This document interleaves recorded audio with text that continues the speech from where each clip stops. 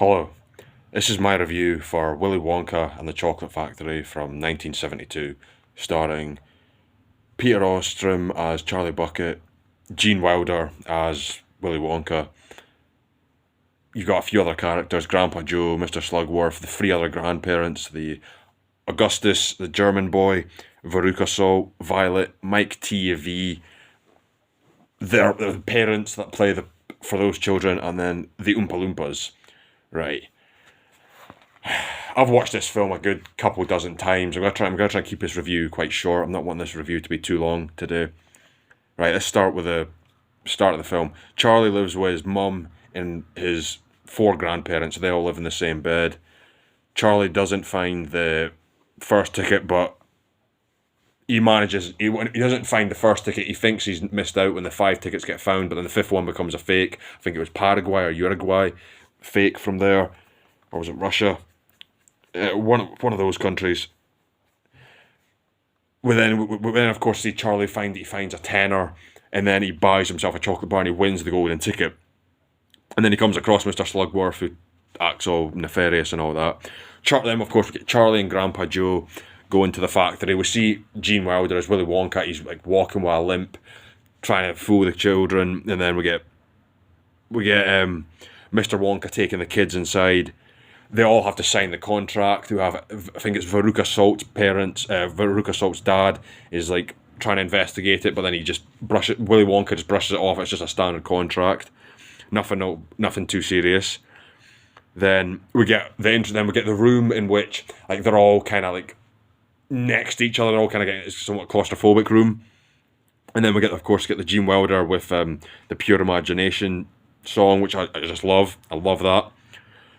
We get the Oompa Loompa Doompity Doo. We get that song as well, which is pretty great. We then of course have the scene in which Augustus is like eating, drinking in the river, however you want to phrase it, and then Augustus gets sucked up the pipe. And I just want to talk about that for a second. The fact that I was talking about this with a friend recently, and how that scene just sends shivers down my spine when I was younger. Augustus being like sucked up the tube. I think that was partly why I became somewhat claustrophobic when I was younger. I wouldn't describe myself as claustrophobic right now at the moment, but when I was younger, I think I had a phase of being claustrophobic, and it was in part because of that scene actually with Augustus. To me, it was just sort of sends shivers up my spine, makes me tense up, just doesn't feel right, if you know what I'm saying. Well, then of course Violet, that's how Augustus gets taken out, gets dealt with. That's what happens to Augustus. Violet eats the blueberry. She ends up expanding, which was quite also a bit creepy in a way, in my opinion. Then we've got Veruca Salt, the English girl with a rich dad. Veruca falls down the garbage chute, and then Willy Wonka jokes, "Oh, it must have been a bad egg," or something akin to that. Sorry if I'm getting that slightly wrong there. Then we get Mike gets shrunk. The TV kid ironically ends up getting shrunk with like this like TV like Wonka vision type thing, and that's how he gets taken out. I like the fact that they all in a weird way sort of meet their own demise through their own vices, their own like Augustus. It's with eating too much. Violet Blueberry, she's maybe you might describe as being a little bit too curious for her own good, perhaps you might phrase it that way. Veruca thinks she can just have whatever she wants, and her dad will get it for her. She ends up meeting her own demise. Then Mike gets shrunk, and then I suppose then we have the scene in which Charlie and his granddad fizzy lifting drinks, rooming like they float up to the ceiling. Another scene which also gave me a bit of a good fright when I was younger. That was perhaps maybe how they were gonna end up, but maybe I can't think off the top of my head of how that could be in any way, how that in any way could epitomise any sort of major vice that they have per se, other than like a weird theory that I heard ages ago about Grandpa Joe basically being like the villain of the whole film. A really strange theory I don't really buy into. I'm not actually going to talk about it too much, but just that was perhaps maybe something they were alluding to. I'm trying to think, but I'm struggling to think of anything else really. Then of course we get the scene in which Wonka's office. We get to the end in Wonka's office. Everything is half. Everything's like cut in half, which is kind of groovy. And then Wonka informs Grandpa Joe Charlie doesn't get the chocolate factory, doesn't get the lifetime supply of chocolate. And then he has this massive mental breakdown. Not mental breakdown. He has this. He lets loose.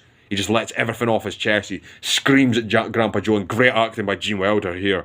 Fantastic acting by Gene Wilder. I almost wonder sometimes if that was maybe the way in which Charlie reacts, if it was like he wasn't told what was about to happen, but something was about to happen, and then with Gene Wilder just let that all out, and he had to get it right in a oneer, perhaps. Just if I was to speculate. Charlie returns the gobstopper. He gives him the gobstopper and says, there you go, Mr. Wonka. And then Mr. Wonka actually, he says, you passed the final test. He says something along the lines of, so goes a good deed, or something like that. And that to me was just like, it was a nice warm moment of Mr. Wonka recognising that Charlie's a really good kid. He's a really good kid, and he deserves to be helped out a little bit, and he does try and help. Mr. Wonka does try and help him, which I thought was lovely. And then we get the final scene with the Wonkavator, and then he informs Charlie that you can. He's getting the factory. He's going to pass on the factory to you, and it's going to be yours. I just love the music in the background. I love the music playing. I thought my overall thoughts here that I'm going to end on are like Gene Wilder, which is a genius in the role. I love the wholesome feel of the film. Charlie was a nice kid. I thought he was quite pleasant, quite delightful, quite friendly, quite well-mannered. I liked him. The other 4 kids were quite unpleasant, which was get a pretty good contrast between Charlie and those 4. I love the art direction. I thought the design of the sets and the costume design and the Oompa Loompas and like just the way in which everything was crafted. There's that scene in the boat in which like Mr. Wonka's eyes are going like he's got these big huge eyes, and it's almost this like hypnotic type thing. I thought that was just fantastic. The art direction. Fantastic. The music, as I think I've already said a few times, was superb. And fine acting. The pacing was fine. The overall direction, visual effects were solid. Music. A really good film. I'm going to end it there. I'm going to say Willy Wonka and the Chocolate Factory is a pretty great film. I can see myself rewatching it a good few times. Not this year per se. I'm planning on seeing the new Wonka film, and then I'll maybe rewatch Willy Wonka and Charlie and the Chocolate Factory with Johnny Depp. I'll maybe rewatch them both again, but I'm going to end it there. That was a pretty good film. Thanks for watching.